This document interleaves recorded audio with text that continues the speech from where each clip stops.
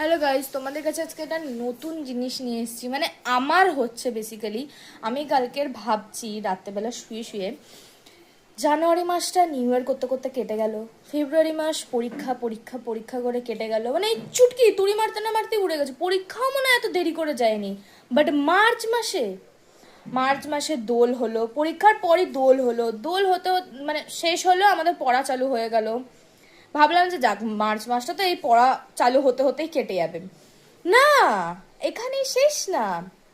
পড়া চালু হলো, হওয়ার পর এখানে হোলি হচ্ছে, ওয়ার্ল্ড ওয়ার হলো, ওয়ার্ল্ড কাপ হলো, গ্যাসের এত কিছু নিয়ে সমস্যা দেখা দিল। তারপর আরো নানা রকম সমস্যা হচ্ছে চারিদিকে, ভোটের কি তারিখ নির্ণয় হয়ে গেল ওইসব আমি জানি না।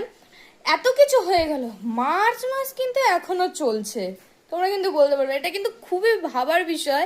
মানে এত তাড়াতাড়ি সময় চলে যায়, কিন্তু এই মার্চ মাস ও নিজের মতন চলেই যাচ্ছে চলেই যাচ্ছে চলেই যাচ্ছে। মার্চ মাস আর শেষ হচ্ছে না কিন্তু, এখনো বাকি আছে, এখনো 8-9টা দিন বাকি আছে। তোমরাই বলো গাইস, আমি ঠিক বলেছি কি না, এটা ভাবার বিষয় কি না, তোমরা একটু ভেবে বলো কিন্তু।